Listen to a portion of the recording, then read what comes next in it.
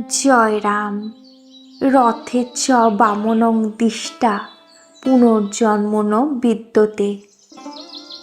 মনোরথ সঞ্চারেতে যখন বিমুখ জন্মিবে, তখনই ভাগ্য ভোগ মুক্ত হইয়া যায়। কাজেই গতাগতি পুনঃ হয় না। অন্নপূর্ণার অভাব নাই, সীমাবদ্ধ মনেরও স্বভাব নাই। ত্যাগকে মানিয়া ভাগ্যরথে চলিয়া, ভাগ্যকে মানিয়া ভাগ্যরথে চলিলে ভগীরথের ন্যায় সাগর বংশ অর্থাৎ সীমাবদ্ধ মনের বাসনা মুক্ত করিয়া শান্তিপদ লাভ করিয়া থাকে।